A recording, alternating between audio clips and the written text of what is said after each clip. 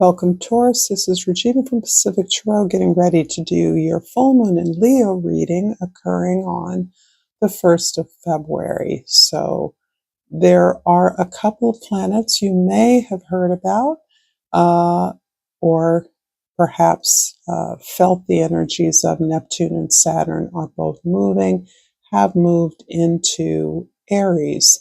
By the time that you're seeing this reading, Saturn actually in the middle of February, but in between those two planets moving is Uranus in your sign of Taurus moving direct. This is important because Uranus, the planet of revolution, has been in your sign for a while, and it will be for a while longer. But moving direct, it is going over area it previously retrograded over. So this is giving us a chance to embody the revelations, the inspiration, the consciousness that we have been accruing over the past 6 months or a year.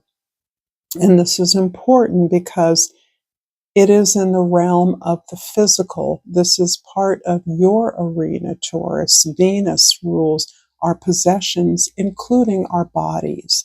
And embodying the wisdom is a key step to healing. We can have revelations all day long, but if we don't embody them, in other words, apply them to our physical experience, our physical bodies, the material lives we live, then it is not a thorough healing and can lead to the experience of spiritual bypass, which I'm sure some of you have heard about, kind of believing everything is great and wonderful, and we're not properly uh, ingesting that experience so that we allow our bodies to work with us and for us. We listen to our bodies, which can certify or verify when we are on track or when we are being triggered or reacting in a way that excludes any real conscious control. So this area is affecting, particularly for you, your foundation. That can mean for many Tauruses, your family. It also means your personal history, your domestic environment, whatever is meaningful for you. For your overall energy, you have the Justice card. And this is really beautiful because this talks about the very same energy that your ruling planet also is ruler over, and that is balance, that is relationship, that is harmony, that is taking your external experience and reflecting that, including that in the way that you recognize and accept your body as a holy vessel, a tool that keeps you in a healthy relationship to the physical world and to the planet itself. In some cases, even the galaxy for you. So you are looking at experiences in the past and recognizing where you are no longer a victim, where you've taken control of your power. You are instead in the process of empowering, and you are in a position to speak for and to those who have suffered similarly. So something is due for you and you know it, and you are taking action to gain that in your world. From the Egyptian sacred animals, I pulled the hippopotamus, and I'm going to read from the guidebook what this card indicates. The key words are chaos and opposition. A symbol of chaos and destruction, the hippopotamus is associated with the goddess Tuaret, protector of pregnant women and childbirth. This figure embodies the forces of disorder and fertility during the Nile floods, which were essential for ancient Egyptian agriculture. The floods bring rich sediments and silt that settle on the fields, making the soil fertile for crops. Do not fear chaos. Just as the Nile floods bring fertility, look for opportunities that enrich your life. Nurturing ideas with new knowledge will bring you abundance. Be forward thinking and resilient, preparing yourself for difficulties by accumulating resources and inner strength. Just as the Nile floods ended drought, embrace the balance between order and chaos, as both forces are necessary for a harmonious life. And from the soul's journey, I pull change. I understand that nothing can grow or evolve without movement. And correct me if I'm wrong, but chaos and disorder or destruction are all changes of a sort. Certainly, the metaphor of the Nile flooding is a beautiful one, because underneath this is the idea of fertility. Water supports life, and this is about growth. In the 10th house, you have the Sun card. This is lovely. You are identifying your place in the world now, and this feels as though it is after a period of feeling domesticated or necessarily tied to a family life. This can be the responsibility of children, parents, taking care of a domestic environment, cultivating a comfortable, happy, wholesome domestic environment that encourages creativity. And that is what is coming out for me in this card.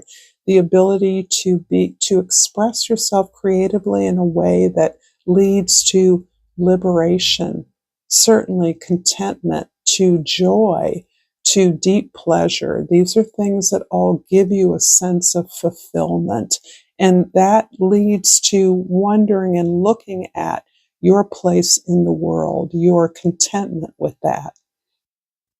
In the first house, the Three of Cups talks about your perspective is one of recognizing love and support, that you have love all around you. This is not about a particular kind of relationship. This is inclusive of any and all that find support, joy, pleasure, safety, and protection, which are very key to you, Taurus, individually. You feel most creative and abundant when you're in a safe environment, when you're in you can be productive when you are protected. So this is beautiful acknowledgement that these times may be times of fun, friendship, enjoying yourself, appreciating the gifts of others and the gifts that you bring and contribute. The fourth house, the warrior or the Knight of Pentacles, is about holding on to a vision. And because this full moon energy is resonating in this particular house, this has to do with adjustments you're making to your home life, to your domestic environment, as a result of the way that you're positioning yourself in the world now.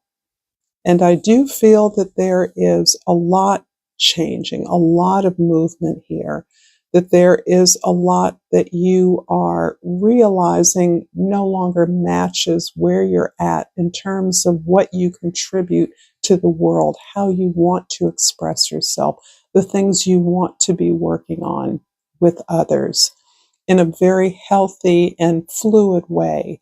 But it also means that you need to take a moment to pause and understand, construct that vision. Really think out loud, project what it is you would desire if you could have your way. And this is particularly important because as an earth sign, Taurus, you are willing to do the work. But in order to know what step to take next, you don't need to have the whole vision ahead of you. You simply need to know how to move next. What is the next step? What is a plan, an outline that you can produce that will help to direct your efforts moving forward? And doing the seventh house, the house of significant others, we have the Chariot. And this is beautiful. In fact, I get a sense here that you are going for more than you've gone for before. In fact, for many of you, I feel that you have a lot of what you have aspired towards, but there's a part of you that recognizes your growth necessitates now that you find uh, connections that resonate with who you are now. You are vastly changed. You have grown incrementally. You've experienced a fair amount of success in your life, and you are ready for more. You are capable and in a place of well being, of creative flow, of inspirational ideas, and in an environment where you are with collaborators at every step.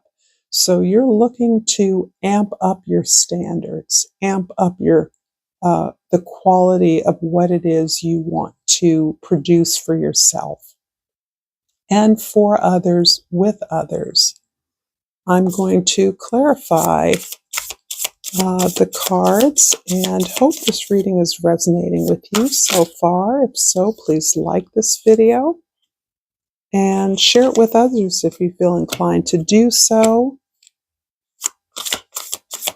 And certainly subscribe to my channel, Pacific Tarot. That is always appreciated. And cool. So for the first house, the Three of Cups is clarified by the Hierophant. This so often goes with this highly disciplined, creative energy that you have. Because you are such a hardworking and fixed sign, you are so stubborn that once you get going, it is just about impossible to stop you. This is a strength and it's also a weakness, but it's one that in the right setting with those that are aligned with your values can be powerful in establishing a pattern, a work process, a workflow of opening up resources, finding information that will take you, your team, or your project to a new level. So I feel like there's a commitment here. There can even be a commitment to an organization, a team, a relationship or a set of relationships in which you are pointed towards a productive goal. In the fourth house of your foundation, the Warrior of Pentacles is clarified by the Nine of Swords. This is really, in many ways, helping you to take on something that has beleaguered your emotional foundation. And it feels as though this is a family story that has produced a sense of suffering, a sense of pain that you have endured as a necessity. So there's a way in which you're being asked to contain that in a way that helps you to recognize that you can choose something differently. So there's a feeling of hanging on. I mentioned your sign is a fixed sign. It is hard for you to sometimes change, to see change as beneficial, to want to stay in what is comfortable. And for so many of us, the past, no matter how difficult or painful, is familiar. It's comfortable. It's the devil we know. And you are being encouraged to look beyond that, to recognize that this is no longer an active feature of your life if you don't want it to be. This is the past. And that you can reframe that in a completely different, more empowered, and ultimately more productive way. A way that you envision your domestic environment, your family, your foundation as being productive, as being consistent, as being stable and secure. In the seventh house, the Chariot is clarified by the Page of Cups. I love this because this is showing me that many of you have, in setting higher standards, in wanting more in your relationships, you are allowing yourself to open your heart. And this really is about you choosing change, you choosing not to stay in the same place that you've been, even if it is comfortable for you. You are opting to give voice and space to your creativity and your imagination.